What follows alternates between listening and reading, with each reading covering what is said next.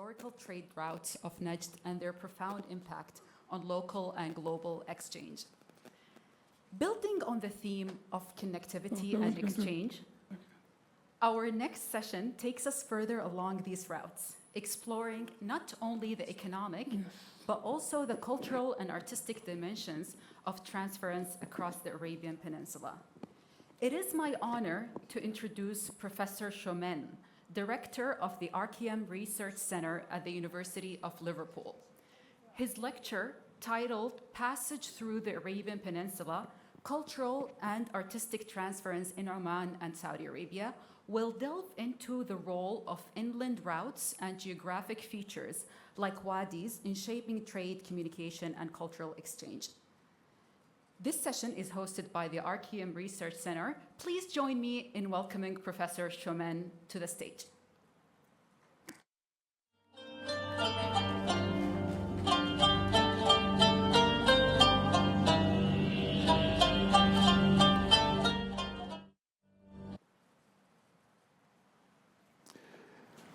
Good afternoon, everyone, and it's a great pleasure and honor to be invited by the RIA Global Seminar to talk, and there are distinguished guests here, so I'm speaking to an audience which I really, really appreciate.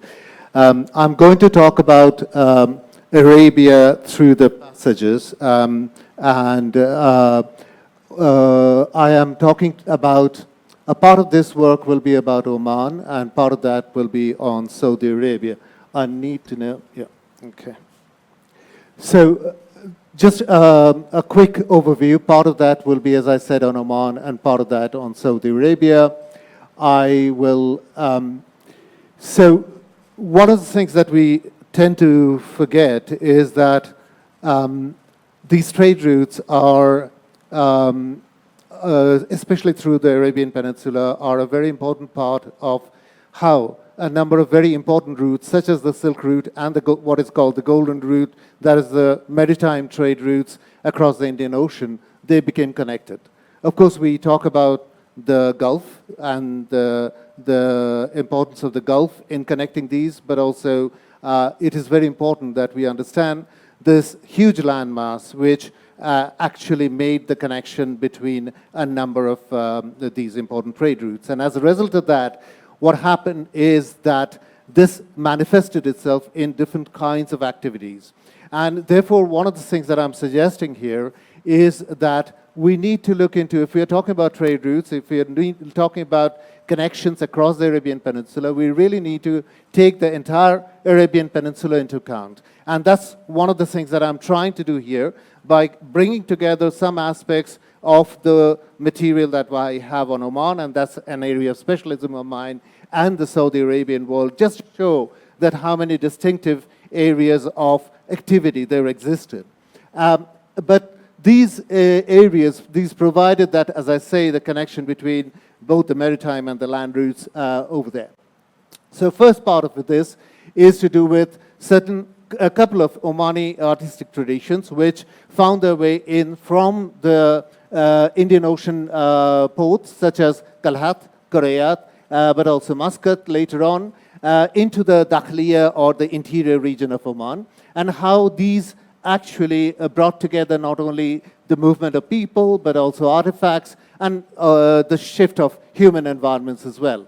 And I will focus on the Saudi Arabian context in terms of indicating how infrastructurally developed that was and how distinctive that was in terms of providing a structure which was necessary for supporting the pilgrimage. And therefore, there are sort of slight distinctions in the way that these two were. Just picking up a few images here, I would suggest that, you know, the importance of the landscape, the importance of the natural landscape through the wadis and sabkas or the dry salty mud flats, but also the transmontane routes which allowed this kind of traffic to move between locations.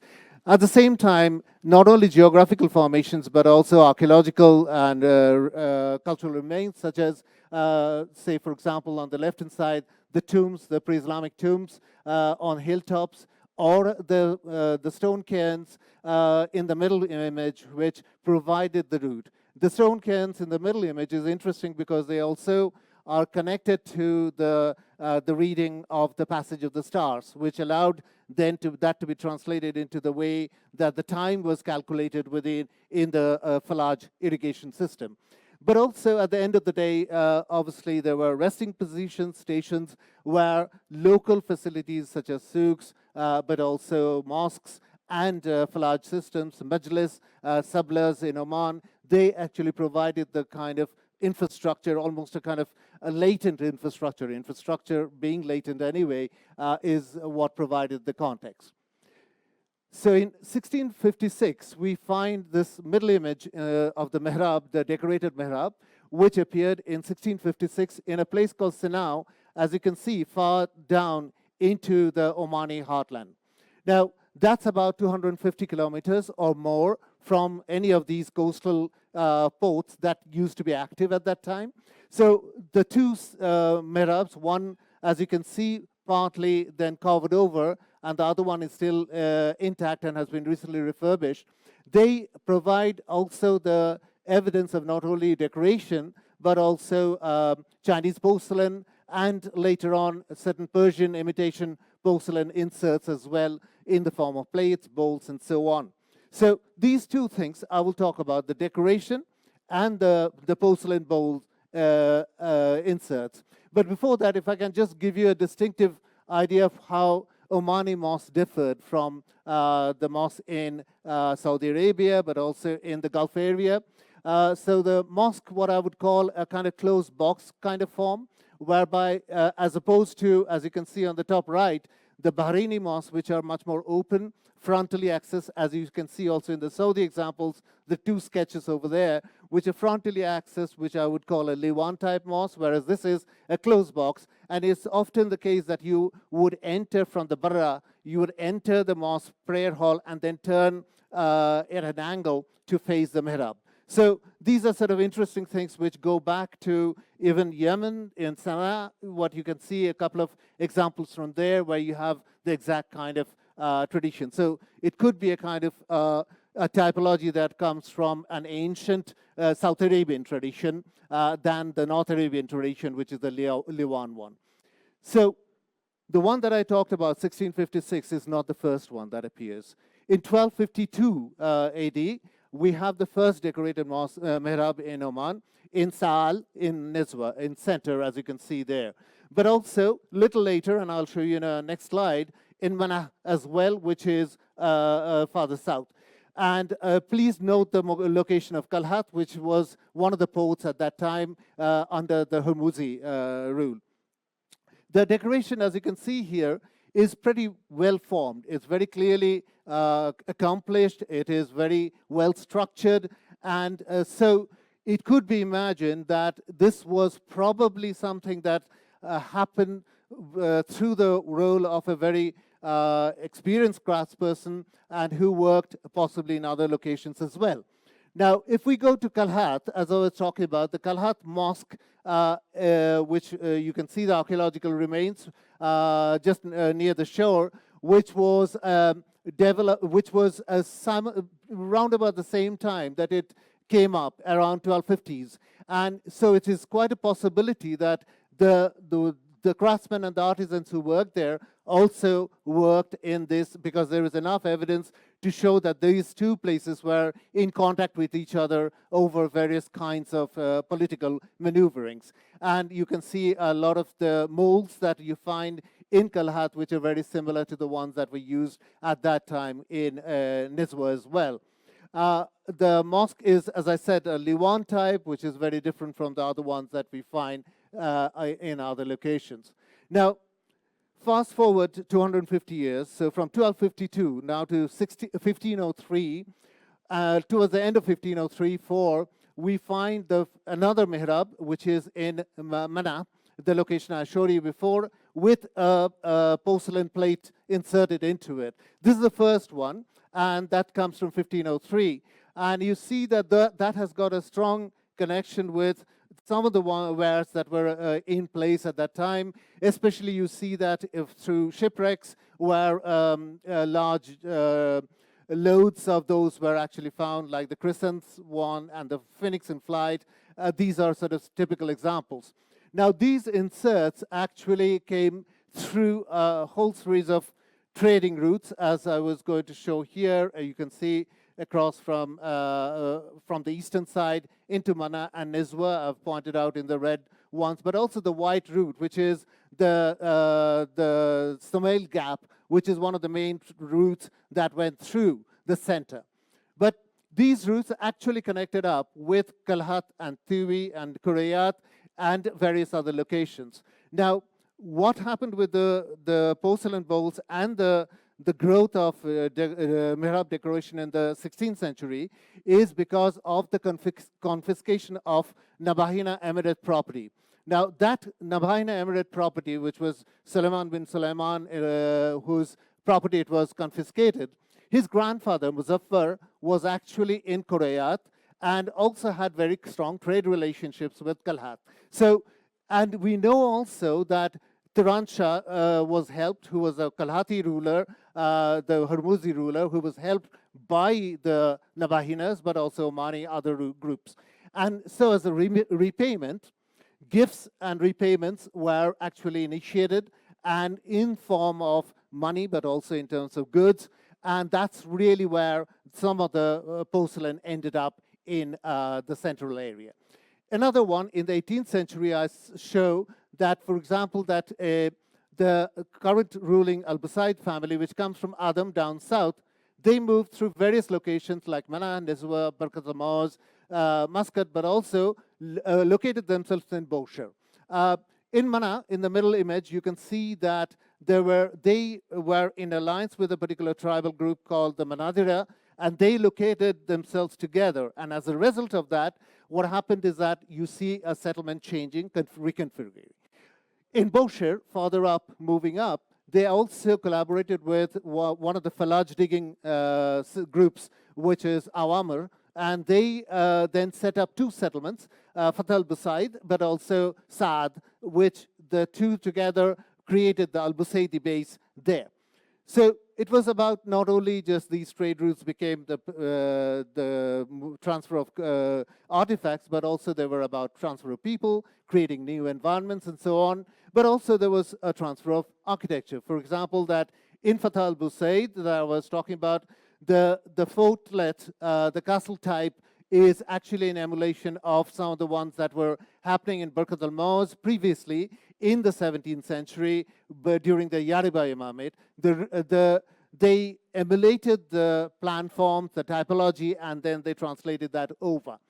But also what is interesting is that in that process, not only that this in the 18th century material was traveling from the center to the coast, but also coastal elements were coming back. So this is a very interesting example of some of the Iberian, that is Spanish and Portuguese elements that had probably entered Oman through Muscat, then eventually found their place. I'm not elaborating on that in a great detail, but they found their place in the Al-Busaid houses. For example, on the left-hand top, you can see the Fatah al-Busaid. On the middle, it's a Mana example of the same family, tribal family group, and in Nizwa on the right-hand side. These were these sort of particularly two-pronged ones. Could be found, example from in the bottom is from Ibiza, but also in the areas around Catalonia, there are a number of locations where such 13th and 14th century beam supports could be found. So it's a kind of a very interesting example of imbibation, but also transportation of these across those trade routes. Now, coming to the situation in Saudi Arabia, of course, there are a number of routes, as we well know, and I don't need to talk about that, but there were various routes from the Arabian Ocean area, but also from Damascus, Cairo, Basra, and Baghdad. They also, part of that revived pre-Islamic trade routes and so on, but also diverged from established routes because it was important that, they understood the carrying capacity of particular routes. So if a large number of pilgrims actually came to a location, it would actually really create problems for existing settlements. So they rerouted in certain cases to avoid disruption, but also rerouting because new infrastructure came available. Because, for example, in Basra route, the one that is a dotted line that you see there is actually through Kadima. And Kadima became defunct because new infrastructure came through on the main route along the Wadi, which enabled that route to take precedence, and then the Kadima route became defunct. So in terms of infrastructure, I think it's very important that early pilgrim infrastructure, which consisted of resting stations, for example, that a resting station like the ones I've shown you in the middle, there is from Rabada, where there are a whole series of resting stations and water wells and mosques were present. The idea was around courtyards, to have cells around courtyards, and then a central courtyard with courtyards on the side, but courtyards behind it, but normally entered from the north, and then having potentially a mosque to the east of that entrance area. And what is interesting is that also many of these new cells, for extension purposes, would actually go into the front end. So it is possible that it started from a core which is around about sort of the bottom end, 3, and then went up as it progressed and expanded gradually.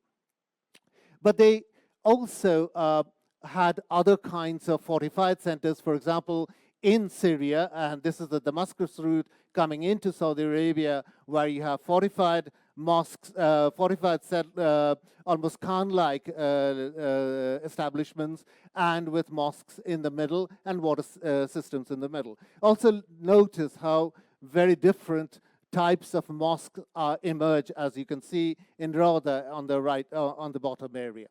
But as I was saying, that one of the key things about the infrastructure is not only just about resting places, but it's about provision of water, it's about making sure that the water provision was enough and adequate for it to function. So what we have here is, on the right-hand side top, we have the examples from Kadima in what is now Kuwait, but as the water surrounding central water well, there were a whole series of cisterns which provided the water for the pilgrims. But on the other hand, as soon as water became less available in those locations, they began to disappear very, very quickly as as pilgrim stations.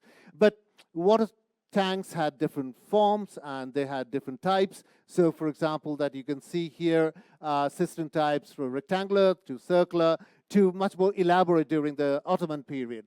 And you can see on the top example from Rabada, where you have not only large cisterns, but also smaller wells to support sub-areas of that. And you can see also the whole series of accommodation in the middle, which are marked by site A, B, D, and H. And then the final thing is also that with that, so with the water infrastructure, with the road infrastructure, with the way that the accommodation, the resting stations begin to take shape, there's also then the subsidiary economies around artifact making, because artifacts then become another, almost a kind of underlying infrastructure again of artifacts that supported the pilgrimage. And so there are glass making factories that happen in Rabada, for example, for ceramics as well, but importation of, say, Iranian ceramic with its well-known tree of life motifs and so on, which proliferate in that area, beautifully decorated items, but also a lot of terracotta elements. But also in situ decoration begins to happen as well. So there is a kind of whole industry around crafts and trading that happens with pilgrimage in this case. So to conclude very quickly, what I was trying to show with the Omani trade routes and the importance of the link with the coast in the way that certain artifacts come in, but also they travel the distance, quite long distances, but also certain things then also go back to the coastal areas. And that aside, the artistic traditions or artifacts were transmitted, but also people are moving, settlements are being created. In the case of Saudi Arabia, what I was hoping to indicate is the importance of infrastructure.